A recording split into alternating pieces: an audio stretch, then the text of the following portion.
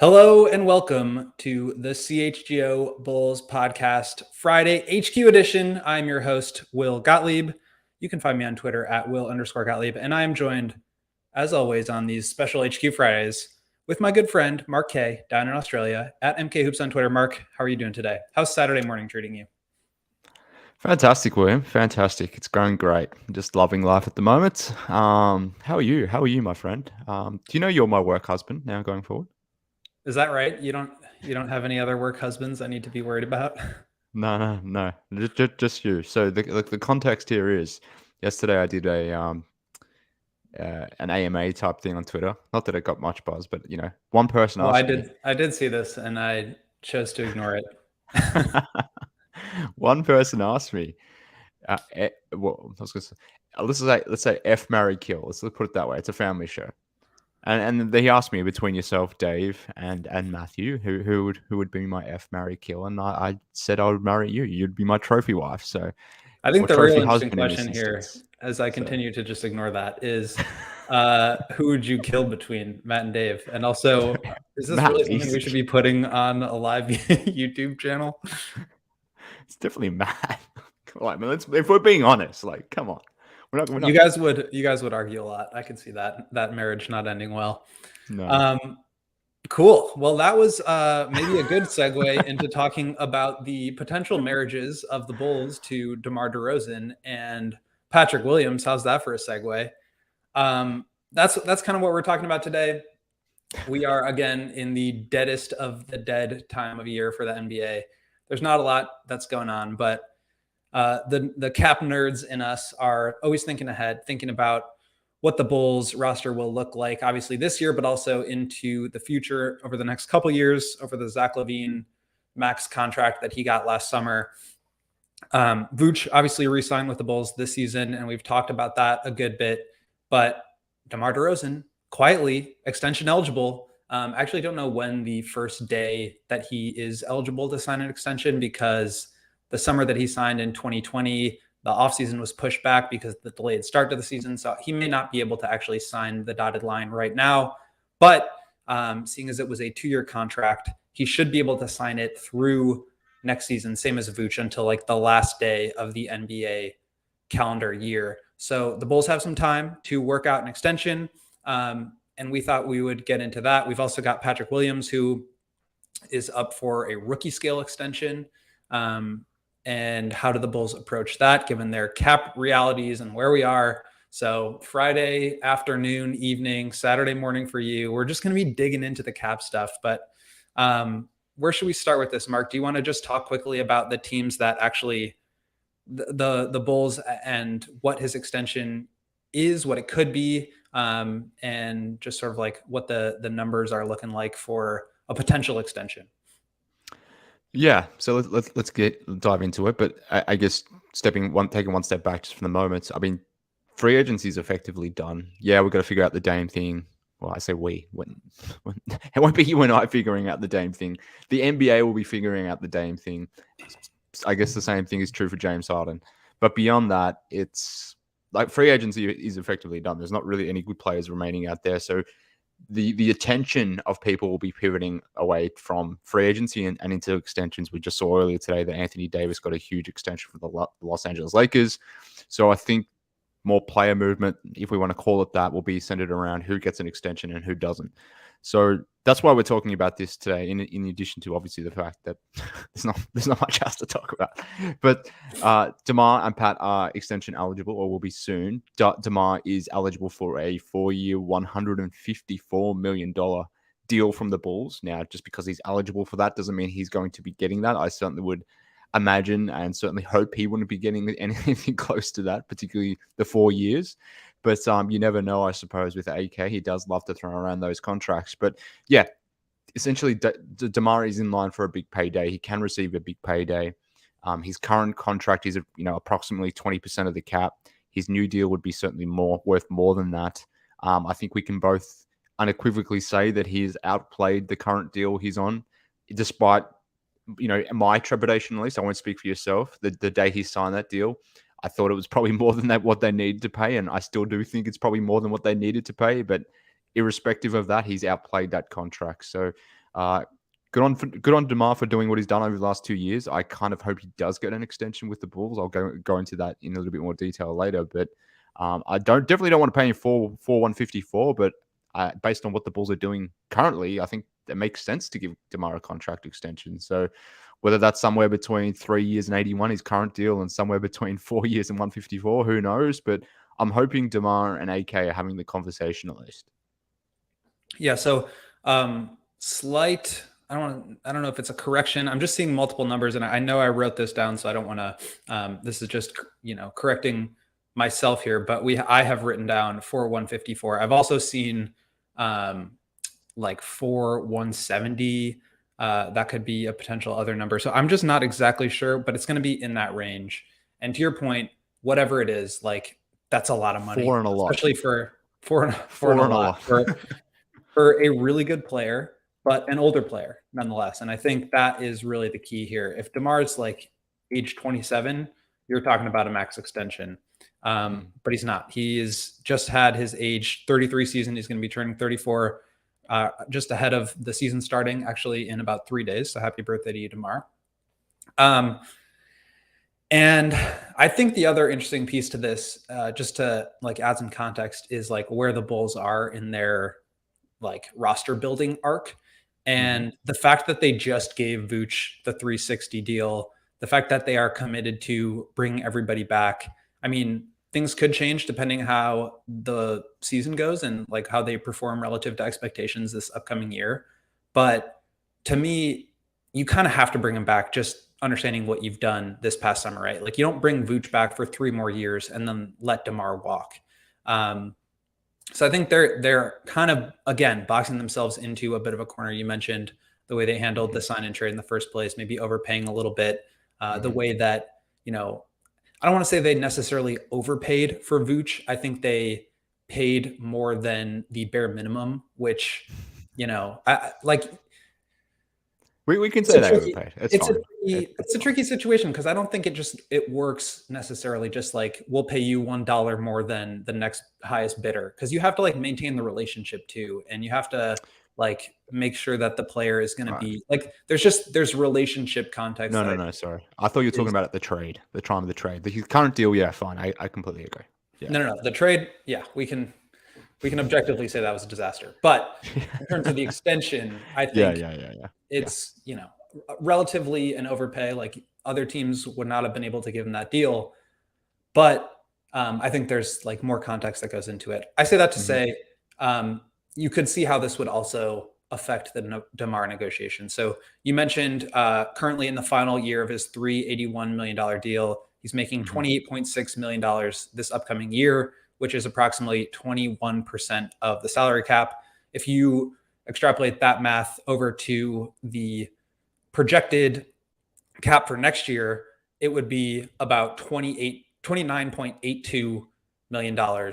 And I guess I'll just like say that number and let you riff on it, because to me, like that's a lot of money, but I think it's obviously less than what the max would be. And I think given his production and how you can kind of think about his game aging, it doesn't seem like it, like the number itself may be big, but we have to continue to remind ourselves that like all these numbers are going to be really big. And it's really the percentage of the cap that it takes up that's the important figure here. Yeah, and that number makes complete sense to me. I mean, if we use Chris Middleton as somewhat of a baseline or facsimile, he just got a 3-year deal worth $102 million by the Bucks after declining his $40 million player option. So 3 years, $100 million. The number that I had in my head was $390, similar to the number that Kyle Lowry signed when he joined the Heat at a similar age or a similar point in his career.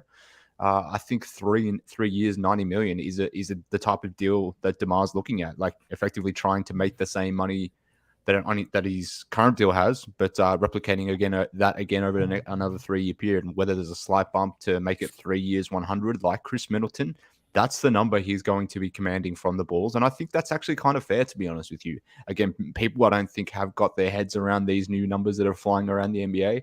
They're huge. They're exorbitant. And we're not used to seeing these type of numbers, particularly for guys that are 34, 35 years of age. But a 3-year, $100 million now is not the same thing as a 3-year, $100 million deal from 5 years ago. It's a very different context. But So whilst I think paying him 30 million annually is more than fine, it's probably even he would still probably outproduce that contract given where his state of play has been the last 2 years. I think that's more than fine, but I think there's just a general sentiment among the fan base that a lot of people just don't want DeMar here back at all, irrespective of what the number is. We've got Hold My Beer in the comments here suggesting that he doesn't want DeMar to come back. At least I'm interpreting this correctly, that he doesn't want DeMar to come back because he's not enabling the team to take the next step. And I think a lot of Bulls fans feel that way for whatever reason. They feel like DeMar is holding the team back either because of he's in the way of some of the young guys or his play style is somehow impacting the team from taking the next step, whatever it might be. So even though DeMar has been fantastic for the Bulls, has been the Bulls' best player for the last 2 seasons, has been an all-star the last 2 seasons, an all-NBA player in year one, clearly the best player on the team, has been a constant plus-minus, or been a plus in the plus-minus category, let's say. I think for whatever reason, a lot of fans want to move on from DeMar, and the notion of paying him anything in an extension, I don't think a lot of people are really interested in that, which I find surprising given how good DeMar has been.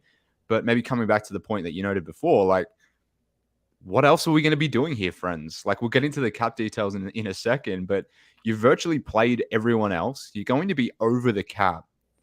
What are you doing without DeMar? Like, are we trying to trade him now in the final year of his deal? Maybe you do try to do that, but what are you getting back for DeMar in a trade? It's not going to be a lot. So at that point, why are you actively trying to make your team worse when you're already over the cap? And because you're going to be over the cap, you're not going to be a free agent team next summer to sort of replace him. So you're effectively trying to be the Bulls without DeMar, and I don't think that's a good recipe for anything. So a part of the reason why I want to extend DeMar, because like, what the hell else are you going to do? I don't think there's many other opportunities to do anything creative. And maybe I'm wrong about that, but that based on what I see, that's kind of how it's shaping up. So I think you almost have to sign DeMar because you have no other option. And the Bulls are to blame for that because that's the position they put themselves in. But I just think DeMar is worth more to the Bulls than whoever his replacement would be, because his replacement is probably at best someone on the mid-level exception, which clearly that player can't replace a DeMar DeRozan level player. And I think the key there is not only that he's more important to the Bulls than he would be than the replacement would be to the Bulls. He's more important to the Bulls than he would be to any other team. And I think that's a product of the way that they've constructed the roster. But we talk about the next step for this team after DeMar. The step is the bottom falls out. Like, this team will not be good without DeMar DeRozan. And not saying they're great now, but I think this brings you back to the conversation about why they should have traded Vooch at the past trade deadline, and how in not doing so, they sort of box themselves into this same group for 3 more years. That's getting older. That's getting more expensive. That's becoming, it's becoming less possible or easy to add talent around the edges. And again, we praise AK and Mark Eversley for what they did this summer, bringing in Jevon Carter and Torrey Craig. And we'll talk about that a little bit. Those are great signings. But they're just digging themselves into a deeper hole. And I think, the window to trade DeMar was probably at its absolute peak last trade deadline. They probably could have gotten a lot for him coming off of his second straight All-Star year. He kind of tapered off to end the season. He had the hip or quad or whatever it was injury that was nagging. Bulls missed the playoffs. Zach really took a step forward and left DeMar kind of in a somewhat of a back seat. So I don't think the value to another team is going to be where it is. I think he's also a really tough fit with a lot of other teams. And I think that's really the sentiment that people are talking about with, let's move on from DeMar so that Patrick Williams can flourish. It's like, well, a little bit more complicated than that, because I think the team gets a lot worse, but it also does open up a lot of opportunity, a lot of usage for somebody else to step in. I think that's really what people want to see. I don't think that would result in wins. But I also don't think that, like, this trajectory that they're on, that they're continuing to double down on and dig themselves deeper into this pathway, I don't think that's necessarily resulting in wins either. So I do think it's a bit of a complicated decision. But just going back to that number of just south of $30 million, or approximately $30 million, to me, that's like a fine number for DeMar, and we can talk about how that relates to the rest of the cap. But I don't think DeMar's taken that. I think DeMar would want more than that. You look at what some of these other guys are getting.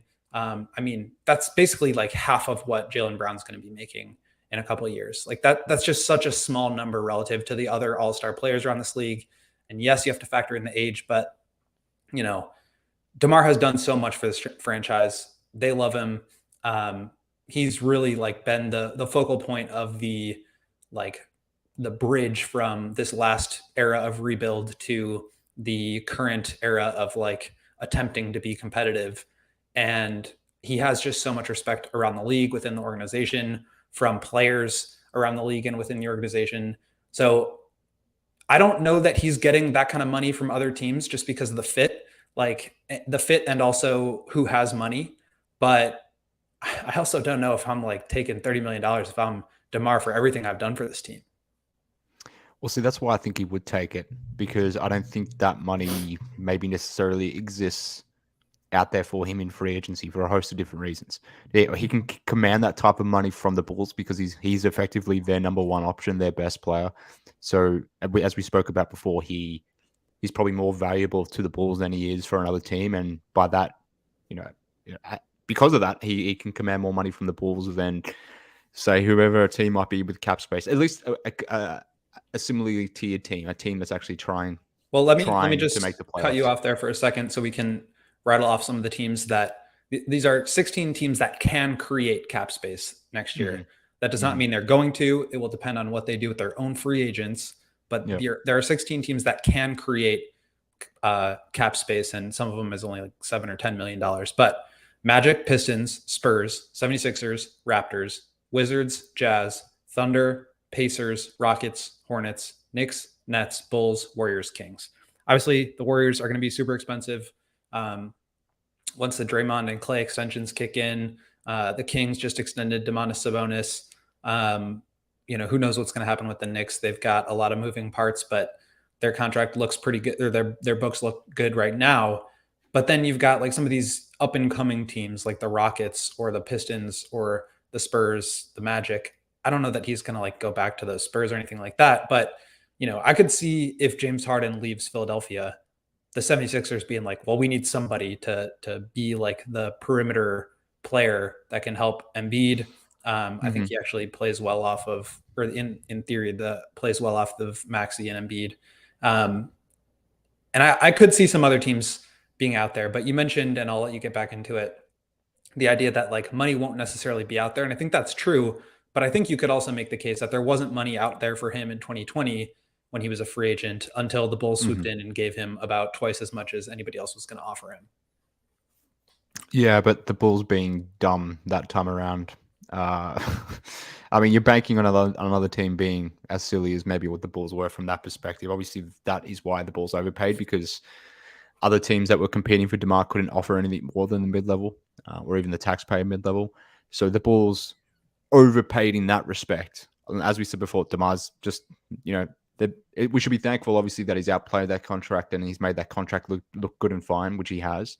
But it doesn't take away from the fact that the Bulls paid more than what they needed to for DeMar, both in terms of contract value and in terms of actually acquiring him through the sign and trade, which included a 2025 first round pick that the Bulls owe the Spurs. And 2 seconds.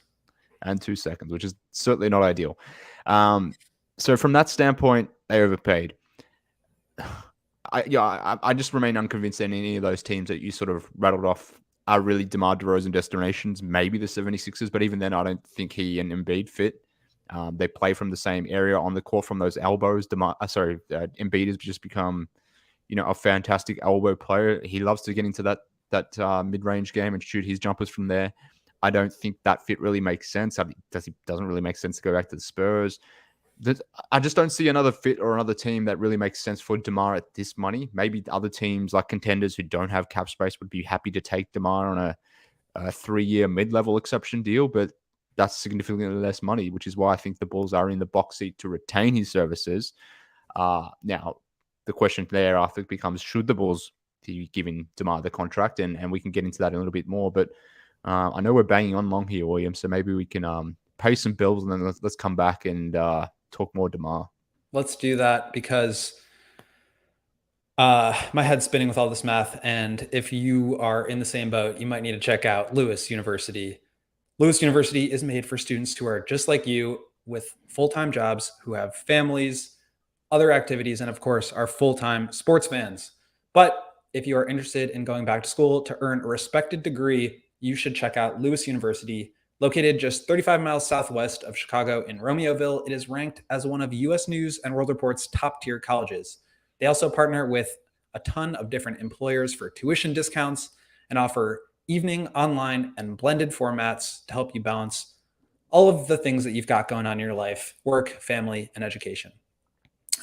So, if you are looking to complete your bachelor's or check out a master's degree or enroll in some sort of professional certificate program, Lewis has the right program for you. They have several career-focused programs that will set you up for success. They've got graduate programs in criminal justice, public safety, data science, computer science, cybersecurity, business analytics, and finance. They've also got adult and undergraduate programs for accelerated degree completion, such as computer science, aviation maintenance, technology certificates, business analytics, criminal justice, and more. So to discover how a degree from Lewis University can help you build a better world, you can go and learn more at lewisu.edu/you-can-do-this. That was a extremely enthralling read, William, and because of that, I'm going to go on to Lewis U after this and read more about their program. But before I do that, I'm going to be jumping over to my friends at Sunnyside, the home of judgment-free cannabis shopping, a place where all kinds of visitors are welcome to explore, discover, and purchase a wide array of high-quality products. And William, did you know Sunnyside has everything you need to elevate your summer? I certainly did know that. I'm assuming you know that. And now our friends listening in also know that too. So Sunnyside is your one-stop shop for all your cannabis needs, no matter where you're at on your cannabis jersey, whether you're starting out or whether you're a very experienced journeyman from that perspective. They've got you covered in whatever you need. Basically, you can just jump online on the online store. You can go to the store itself, a physical store, pick it up yourself. Whatever you want to do, you can get that all sorted. They have a host of house brands. They just have so many an assortment of products that you can get your hands on, friends. So whatever you're after, you can you'll find it at Sunnyside Cannabis. So through August, head to sunnyside.shop and use code CHGO25 at checkout for 25% off, friends. 25, that's a big number. 25% off. You get that off your total order. One use per customer, whether you're a new customer or a returning customer. It doesn't matter. You can use that promo code CHGO25. You must be 21 or over or an Illinois Med card holder, though. Make sure you are. Talk about enthralling ad reads. We are killing it today. Where were we? So let's dive back into the DeMar potential extension. You were kind of talking about what other teams might value him to the point where he could be somebody that is maybe a flight risk, or do the Bulls just like have to do whatever it takes to bring him back because this is sort of the path they've committed to? Yeah, I want to get into that last point because I think this is the point that I understand. And we're seeing some more comments around this. Well, in the comments, we're seeing comments in the comments around the fact that people just don't want to bring DeMar back because he's a 30-something-year-old dude, and why are you bringing him back at that point? And my contention to that is like, what else are you doing? What are you doing? And no one seemingly has a good answer to that, apart from give Kobe White or Patrick Williams more touches, which to me is not a good answer. So I don't understand why people are so quick to want to move on from DeMar, given what he has been and what I still project him to be over the next sort of 2 years. What are we doing instead of DeMar DeRozan? No one has given me a good answer, and I think no one has given or is capable of giving a good answer because there is not a good answer because of what we spoke about before, the fact that the Bulls have sort of boxed themselves into an aging roster here. They've re-signed Vooch. They've obviously given Zach a max contract. They brought back Kobe. They signed Jevon Carter and Aya to new deals. You're going to be over the cap next offseason. Before the offseason starts next year, the Bulls will have a payroll of over $200 million. $200 million. That includes cap holds for DeMar DeRozan and Patrick Williams. So there won't necessarily be completely at 200 million. But until those guys sign new deals, whatever those deals may be, the Bulls will be entering next offseason with cap holds included of over $200 million. The salary cap is $142 million based on current projections. You're going to be over the cap. What are you doing? How are you getting better? Or how are you pivoting away from DeMar? You're not. You're not going to be replacing DeMar DeRozan. The only way to really replace DeMar DeRozan is to do it internally, meaning you move on from DeMar and you hand the ball over to more Zach possessions, more Kobe possessions, more Pat possessions, more Vooch possessions. I don't know how that is a better recipe than bringing DeMar back. So if you want to maintain or be as best as you possibly can, now, okay, yeah, this what the Bulls' best version at as currently considered is 40-ish wins. It's not great, but if you get rid of DeMar and you just give the current guys more opportunities, you're going to drop from being a 42, 43 win team to a 32 win team. I think I'm going to go out and say if you just took DeMar DeRozan off this team, or if you traded DeMar for an expiring contract and some second round picks, whatever it might be, if you did that, I think the Bulls would be a bottom 2 or bottom 3 team in the Eastern Conference straight away. I think that would be worse than the Magic. And I dare say that maybe even the Detroit Pistons might go past the Bulls in that instance. People will think I'm mad for saying as much rather. But I think the Bulls, without DeMar DeRozan, because I don't think you would get much back for him in trade, and assuming you just want to move on from him because you don't want to pay him his next deal, this team, as currently constructed, without DeMar or with role guys replacing him, this would be a terrible team. So I don't understand why people are so quick to get rid of him or want to get rid of him. And I have not seen any good substantive reasons to get rid of him or any, viable replacements for DeMar, apart from give Pat more opportunities, which I don't think is a good option. So I'm ranting here now, William, but it just bothers me how quickly or how eagerly some just want to get rid of DeRozan because they just don't want to pay him his next deal, as if we're doing something else here. I kind of get it if you were moving on from everyone else, like we wanted to do at the trade deadline that just passed, but clearly the Bulls haven't done that. They've gone into this team again. They're continuing the continuity thing.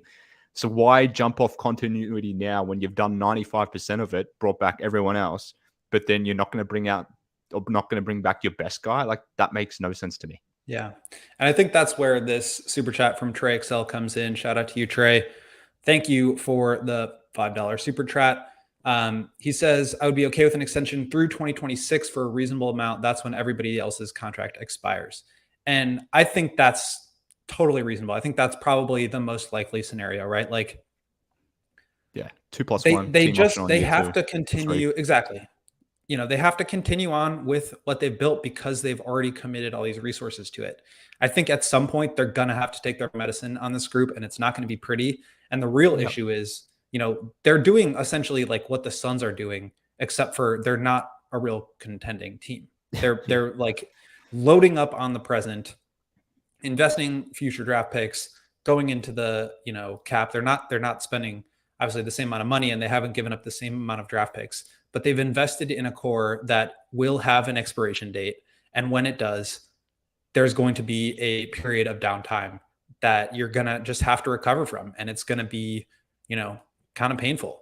And so to be able to get off of that last trade deadline when you could have recovered some assets, I think would have been the best thing to do. But we're past that now, and you can criticize that decision. But the reality is, like, you also need to be looking for solutions. And I think this is, as Trey mentions, the most like reasonable one. Because like you said, Mark, they have to continue doing what they're doing. And I think that's really like when we talked about the Vooch extension, like that, I had no problem with the $20 million. That's fine. That's like, they got him on a totally legitimate deal, like a good value contract, but it's the idea that they're committing to him and the rest of this group for 3 more years. That's a little bit crazy to me. So I think that's where maybe Lawrence, you can throw up that graphic of the salary cap that I had brought out. Thank you very much. So this is like the multi-year cap sheet, and it's a little bit complicated, but basically this year you can look at the tax space column and you can see that the Bulls are $484,000 away from the luxury tax with 14 players under roster. They still have some maneuverability They've got the exceptions. They could go into the tax. We don't know, but this is where things stand now with 14 players under roster. Next year, you mentioned where they were with cap holds. I removed those just because I wanted to just kind of see what their space would look like, assuming they re-sign those guys on numbers probably below what their cap holds are going to be. So Patrick Williams, and we can talk about him next, has a cap hold, or I'm sorry, a qualifying offer of about $12.9 million. So let's call that 13. And they are 13 or 12.6 million below the cap. So if you just let him play on his qualifying offer, and we'll get into that, like I said, you're already above the cap. And that does not account for where DeMar is. And that's also with only 13 players under roster. 12, excuse me. So then you're looking at, $30+ million for DeMar, and that's right at the tax. And again, you got 12 players under roster, and that's with $30 million and not 35 or closer to 40, which is, I think, probably what DeMar's going to be asking for, right? So thank you for throwing that up, Lawrence. Like, just to kind of illustrate that they are committed to this. Like, if they want to bring back Patrick Williams, they can't sign a replacement for DeMar. So again, I think they're going to have to take their medicine on this one down the line. It's going to end up being worse than it would have needed to be had they done it at the past trade deadline. But this is the reality that we're living in now. I don't know that they have like a plan beyond this core. I think the idea was to like let this group do its thing, see how DeMar and Vooch affected Zach, and try to elevate him into a higher level, and then sort of retool around Zach as these guys age out. We're at that part now where those guys are aging out and they're committing even longer. And so that's where the questions about like replacements start to come in. And I think they've done a pretty good job this summer of getting Ayo and Kobe, and they got Caruso on a really good deal. And we'll see what happens with Patrick here. But they've done a pretty solid job of like getting the rest of the guys on manageable deals. But the fact of the matter is they've invested a ton of resources into a big three that's just not quite good enough. And you can talk about letting DeMar expire so that you can get into an eventual point of contention for like a real title contending team. But it just doesn't even seem like that's the goal, because I think we all kind of know what this group ceiling is. And so it makes me wonder whether like they even have, they don't have aspirations beyond that. So of course they're not going to do what they need to do in order to eventually get there. So completely agree with all the cap numbers you floated out there before. Another scenario is just letting DeMar go. Maybe you don't trade him at the trade deadline, this upcoming trade deadline, because what's the point? Maybe you're trying to win games and the return that you get back for DeMar isn't that attractive. So why trade him? Just keep him around for one last playoff run and see what you can do with this current iteration. Like, that is an option or a scenario that exists too. So you let him walk in the upcoming offseason because you don't want to pay him his new deal. Fine. Okay, cool. You can create cap space by doing that, assuming you can get off Lonzo Ball's money as well because of career-ending the situation around his knee, and maybe he gets, or the Bulls are granted some sort of career-ending exception where his money comes off the books. So in that instance, you're taking Lonzo off the books. You're letting DeMar's cap hold go away because you're not bringing him back. In that scenario where you get rid of DeMar, you get rid of Lonzo off the books, you re-sign Patrick Williams because he's extension eligible now, or he's obviously you can give him a new deal in the offseason. Let's say they sign Patrick Williams to a deal starting at $20 million annually as of the next offseason. Even in that scenario, when you're removing DeMar, you're removing Lonzo, you're removing some of these other cap holds that may exist for like an Andre Drummond or a Torrey Craig. Let's just remove them for the moment. Let's add in your 2024 first round pick. Like, you're getting at that point close to $130 million just for that 9 or 10 guys on that roster. Just at that point, $130 million, guys.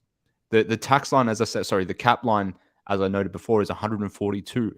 So in that scenario where you've let DeMar walk, you've gotten rid of Andre Drummond, you've gotten rid of Torrey Craig, Lonzo is gone because of the career-ending knee stuff. In that scenario, you would only have somewhere between sort of $10 to $12 million in cap space, which again, $10 to $12 million is not enough money to replace DeMar DeRozan, but you also have very little money to fill out the rest of your roster. So that's why I'm sort of resigned myself to the fact that you almost have to bring back DeMar DeRozan, because what else are you doing? Yeah, you can move on, you can pivot, you can do something different. But I guess what I'm saying is you don't have the resources to really do something meaningful that's different And that's why it would have to come back to Kobe and Pat and giving them more opportunities, hoping that Julian Phillips or Io or Dalen Terry take a step. Maybe whatever you do with your 2024 draft pick, maybe that player helps in some way. But I guess the point I'm trying to ram home here is it's easy to say just move on from DeMar because he's getting old and what are we even doing here? But I guess my rebuttal back to that is like, what are we doing here without DeMar? And I don't think that's a nice picture either. Yeah, I think, and I'll maybe kick this back to you, but I think the most likely scenario is that they do what Trey had mentioned. They bring him back for on a 2+1 or 1+1. They kind of balloon him a contract that keeps them below the tax because we know that's what they're going to do. And I think like they play it out. They see how well they're doing. Are they competitive? Are they falling around the play-in? Are they below the play-in?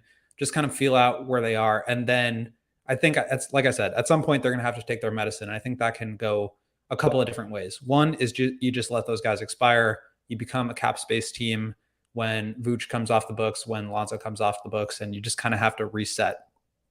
The alternative is you trade those guys for less than what you would want back. And I think that's probably what's most likely going to happen, just because the idea of letting them walk for nothing, I think, would be tough to swallow.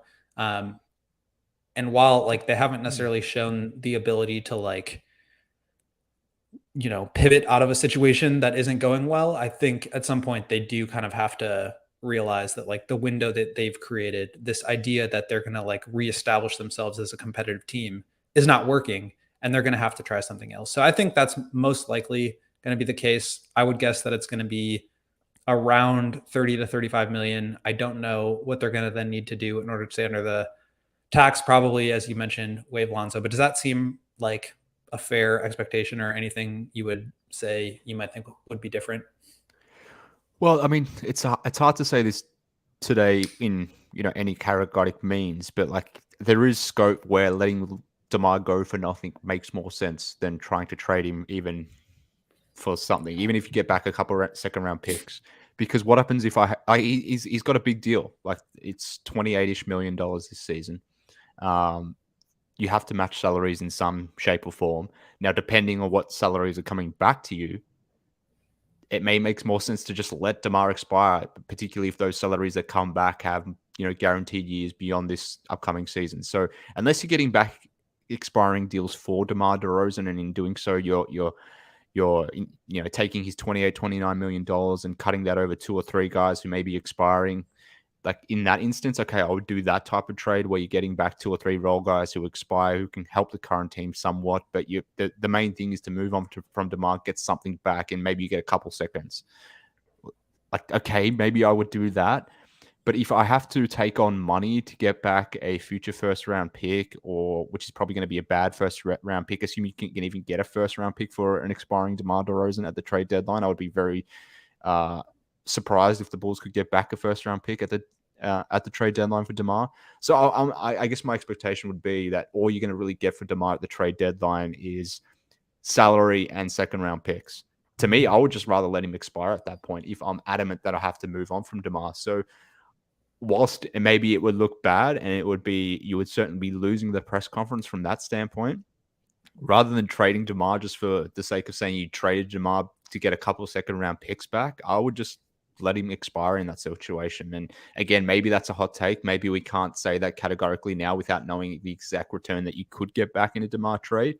But if my assumption is correct in the sense that teams are not going to be offering you anything notable for a guy who will be or a guy who's going to be 34 in year 15 and on an expiring deal, my assumption is you can't get that much back for that type of player. So if so, why trade him for that? Why take on guaranteed years, assuming you get back guaranteed years in terms of salary for DeMar? Just let him expire. Like it may look bad, but that ultimately might be the better decision to go down. So, again, it's just a scenario worth mentioning because who knows what's actually out there for DeMar. Maybe there are better offers, and maybe I'm wrong. But in the event that I'm correct, then I would prefer to let DeMar just expire and just clean the books completely, rather than taking on someone who might be, $10 or $15 million for the next off season or for the next season type thing. Yeah, I think that's a fair point. They could also potentially trade him and use that opportunity to sort of tank out the rest of the season and improve the value of their own draft pick. But I do think that's a pretty fair argument. But let's take another quick breather here. Mark, can you tell our listeners about our friends at Shady Rays? I can, but before I do, I've got a question for yourself and Lawrence. Now, last time we spoke, it was extremely hot in Chicago. It was 90 degrees or whatever it was. Clearly, you've both survived. That's just torturous weather. You've made it through because we're obviously having this conversation 1 week later, but I haven't got a weather update. Is it hot out there in Chicago? It was very hot today when I was walking the dog wearing my Shady Rays. Wow, damn. Well, look, I'm glad you were doing that, Lawrence. Walking the Shady Dingo that I own. You got to walk that Shady Ray Dingo around because he's got a lot of energy to get out. As you can see, that dingo has a lot of energy, so you need to take him for a walk. If you're out there at Lollapalooza, I'm pretty sure that's happening in Chicago this weekend too. If that's a thing that you're interested in or not, maybe just taking out your dingo for a walk. Make sure that you're putting some Shady Rays on your dingo and on your own head too. So you want to protect yourself whilst you're out there in the sun. And our friends at Shady Rays have got you covered because they make the best premium polarized shades in the game, and they do it all at an affordable price. I have no idea why anyone would bother wearing or paying for these designer brand sunglasses that, one, are just like 10 times more expensive and don't even look that good, to be honest with you. And you kind of look like a loser poser as well if you're getting around in those designer glasses. Let's be honest, like, it's kind of a ridiculous investment. And if you break those freaking designer glasses, what a waste of money. What a waste of money. Shady Rays, you're getting a good, affordable product, but even better, they have the lost and broken replacement policy whereby if you lose or if you break your sunnies, they're going to hook you up with a replacement. So I have no idea why anyone else would ever not wear Shady Rays products. Like, why would you go out there and try something else when we have this offer for you where you can jump on the website, shadyrays.com. If you use promo code CHGO, you get 50% off two plus pairs of polarized sunnies that look good, that feel good, that have got you covered with the lost and broken replacement. And more importantly, you just don't look like a complete designer wearing douche. So, like, why would you not want to be supporting our friends at Shady Rays? Over 250,000 people have given Shady Rays a 5-star review online. So protect your eyes, get some pairs of sunnies on your Shady Rays dingo, take it for a walk, put your Shady Rays on at Lollapalooza. And whilst all those other poser douches are wearing their designer brand glasses, you're going to be looking even better in your Shady Rays. So to take it from me, just an absolute fashion connoisseur, a fashion icon who knows where things are at. And I know things are at with Shady Rays. That is definitely true. Beautiful ad read. Beautiful. Also, shout out to you for knowing that it's Lollapalooza. So I'm staying as far away from Grant Park and Millennium Park area as I possibly can this weekend. But you know where I am going? I'm going to Circle K to get some snacks and just hide out in my apartment so I can avoid the masses. We at CHGO are so excited to partner with our friends at Circle K. Make sure you check out your local Circle K for the best coffee. They've got a great beer and alcohol selection, amazing snacks, everything you need from a premium gas station snack selection. That was kind of hard to say. And of course, they've got great deals on gas. So look out for freebies and giveaways down the road. I saw one the other day and I had to drop in, grab a nice cold drink because it was so hot in Chicago that I could barely survive the heat. But they're scattered all over the place and they always have you covered with the best snacks and anything that you might need, whether it's a road trip or you're just walking around town. Go check out Circle K, and thank you to Circle K for sponsoring CHGO. Like I said, make sure to visit the nearest Circle K to pick up all your favorite finds. Mark, one more read for us. Can you tell people about FOCO, our friends at FOCO? Can you give me 1 second? Because I thought you were meant to be reading that ad and I closed the ad reads. Well, who was I reading? FOCO. Yes, FOCO, William. The place where you need to get fitted out with the best sports gear going around, whether you're into hoodies, shoes, signs, bobbleheads, everything in between, whatever it may be. It's baseball season. The Cubs are seemingly winning games. I'm basing this purely on what I see on my X timeline, my Twitter timeline.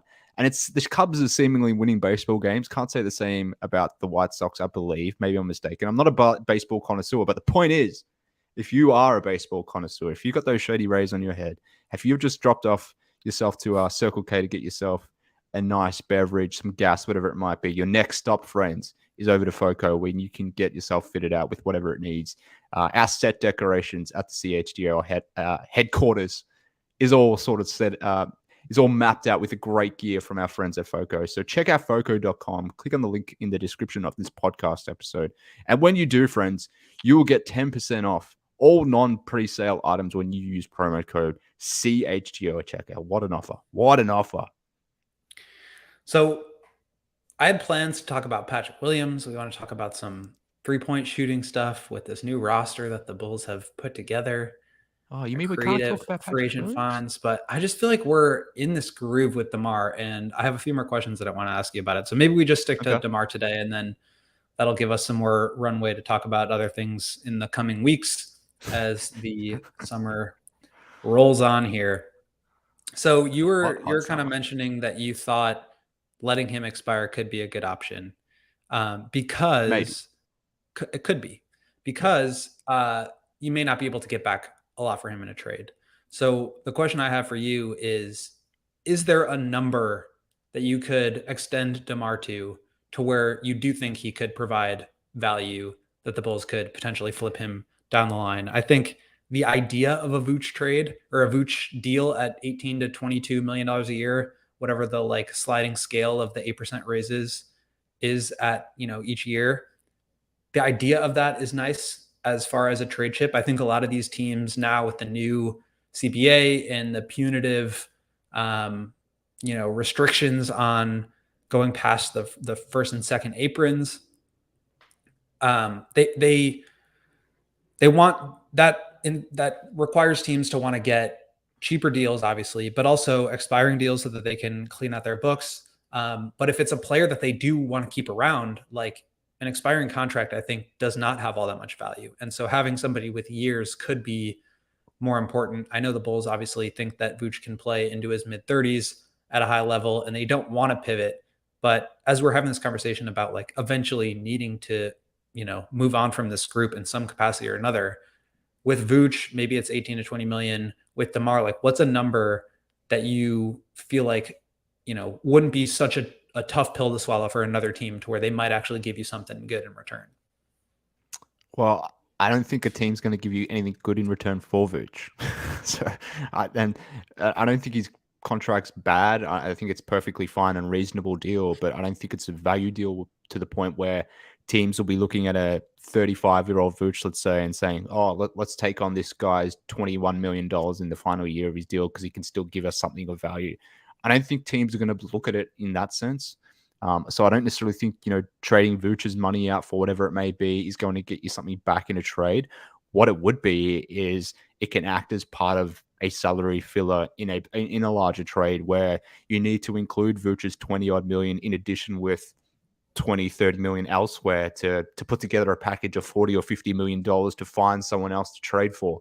I think that's where it might have value in the sense that it could be used to, collect and contribute to a larger piece of the deal. But this idea that you can trade Vooch for something that's of similar value in terms of contract and maybe you get back a pick of something or a decent young player or whatever it might be. I don't think that's possible, but can you use Vooch's money to make the salary work in a bigger deal? I think that's where it might be, palatable. And I think the same is true for DeMar. Like, I don't think at DeMar at age 36 or whatever it might be, with a $25, $30 million deal, I don't think any team's going to be looking at that with DeMar at that point being in year 16 or 17 saying, yeah, let's trade something of value for this type of player. I don't think that would be the case. But what would happen what you potentially could be doing is looking for DeMar's replacement. Maybe it's Jaylen Brown in 2 or 3 years' time when the Celtics have won a title or two, or maybe they haven't won anything and are looking to pivot and trying to get out of that Jaylen Brown deal. They're not obviously trying to replace Jaylen Brown with a 36-year-old DeMar DeRozan, but maybe they're looking to add DeMar DeRozan's to their books as a way of escaping Jaylen Brown's contract. Now, at that point, what are you getting back? Obviously, it's not just going to be a Jaylen Brown for DeMar DeRozan swap. The Bulls would have to add more to that deal to make the salaries match. But I think that's all you're really using DeMar and Vooch as part of trades at that point, like salary matching purposes. So to your point earlier around, at some point, this is going to come back to haunt the Bulls, and they're going to have to bite the bullet at some point. I think this is part of that. You're giving these guys these contracts now that are going to take them through to their mid-30s, perhaps even their late 30s in DeMar's case. And based on that, like, okay, you're doing what you needed to do now, but at some point it's going to hurt you. And I think at that point where you're going to feel that hurt is you're not going to get positive value back for these guys in trades, at least in a 1-for-1 type swap. Like I said, all you can really hope to do is use their contracts in a larger deal. Maybe you can pull DeMar's contract and Vooch's contract together, and maybe that's how you get towards $50 million. But at that stage, you're probably still having to move DeMar and Vooch and probably several first-round picks to get back someone like a Jaylen Brown, as an example. So I don't think there really is a good scenario, William. Yeah, unfortunately. Well, I think that's why you've heard a lot of Zach LaVine trade rumors and not a lot of Vooch and DeMar trade rumors, because the Bulls know and other teams know that if the Bulls are going to somehow pivot their way out of this, and I'm not convinced they can, but if they are going to try, the only way they're going to get assets in return is for Zach. And that's why the asking price is as high as it has been reported to be. If they are going to eventually get out of this situation, they're going to need to accumulate assets somehow. And those assets are going to be in exchange for Zach LaVine, not DeMar, not Vooch, probably not for Patrick Williams, because he is one of the assets that you were looking for. So I agree. I think no matter what the number is for DeMar, no matter what the number is for Vooch, I mean, unless it's like just so microscopically low and that, other teams would do like a Russell Westbrook to the Clippers kind of deal where he just like comes in midway through the year and like helps an injury riddled team that has like 2 stars coming back from injury and just in time for the playoffs. I think those situations are going to be so few and far between. And by the way, like the Lakers had to give up a pick to get off Russ. So I just don't see this ending well. I think that the ride will continue to be what the ride has been for as long as they continue on the ride. But it kind of feels to me like the damage is already done, having given Vooch the extension, having committed to more years of this same core. They can't really get out of it now, while also, I think around the start of, giving Caruso and Lonzo and DeMar and Vooch these salaries and trading for them, there was like this thought that they could, recoup some of the assets they sent out. I don't think that's the case anymore. They may be able to get lucky and get some. I don't think it will be the same caliber of asset, but I think that's the reality. And I think that's the bet they're making. And I think that's worth it to them at this point, to be able to be, some version of competitive in the meantime. So kind of a doomer note to end on, as we usually do. But I do think that like there is just sort of a level of acceptance to it at this point, which is that like they're going to try to win with this group for as long as they can, and then we'll see what happens. Yeah, well, I mean, this is the part of the show where, we get called negative, doomer Bulls fans, when I think all we're really doing is painting a realist picture. Like in any scenario here, whatever the pivot is, it's not going to be good. And the only way out of this is if Patrick Williams or Kobe White take a leap that I don't foresee. Like that is the only way out of this. And if that were to happen, let's assume that happens, that Patrick Williams takes a leap in this upcoming season, then okay, cool. You've found a way to pivot out of the DeMar DeRozan era. You have more flexibility to do what you want, and you're more comfortably moving on because you feel like you have a ready-made replacement for DeMar and Pat, or maybe it's Kobe, whoever it may be. But assuming that doesn't happen, and that wouldn't, I'm not blaming Kobe or Pat if they don't take that leap, because I don't foresee it for them, and that's fine. If those guys are just role guys and you don't have a DeMar replacement on your team already, and you don't have the means to acquire one via trade or via free agency because of your cap situation, as we illustrated before, then it's going to be bad. There's just, how do you want it to be bad is the conversation that we're ultimately having. Do you want it to be bad with an aging DeMar, or do you want it to be bad without DeMar and maybe using mid-level exception on a role guy? You're doing this without DeMar, and you're seeing what a then 30-year-old Zach LaVine can do as the number one guy. It's just different preferences in how the situation wants to be bad and dark. So I know we're going to be labeled as negative pessimists and whatever it may be, but I feel like we're just being realists here, and the situation is what it is, and the Bulls have put themselves in this situation, which is why we continue to say this. But hopefully we're wrong, and hopefully someone like Pat makes a huge leap that enables the Bulls to pivot out of the situation. But I really think that's the only way you can do so, because there's no draft picks really coming in that are meaningfully changing things. As we said it before, you still owe the Spurs a 2025 first round pick. You have no real cap space. You can't trade DeMar or Vooch for anything of note. So how are you getting out of this? I don't think there is a way out of this unless Pat becomes Kawhi Leonard. Well, we just got to wait and let AK cook, I guess. He's done a great job so far. I think we should probably call it a day there before it gets even darker or more real, as some might say. So let's call it there. Thank you, Lawrence, for hitting the buttons. We appreciate you. Thank you, Mark, for joining me on your Saturday morning. You can find Mark on Twitter at MKHoops. I am Will Gottlieb. You can follow me on Twitter at Will_Gottlieb. And you should follow our team at CHGO _Bulls. Thank you guys again to everybody who listened, who commented, and who super chatted. Thank you, Trey Excel, for that. I think that's all we got. So thank you again to everyone, and we will see you again next time.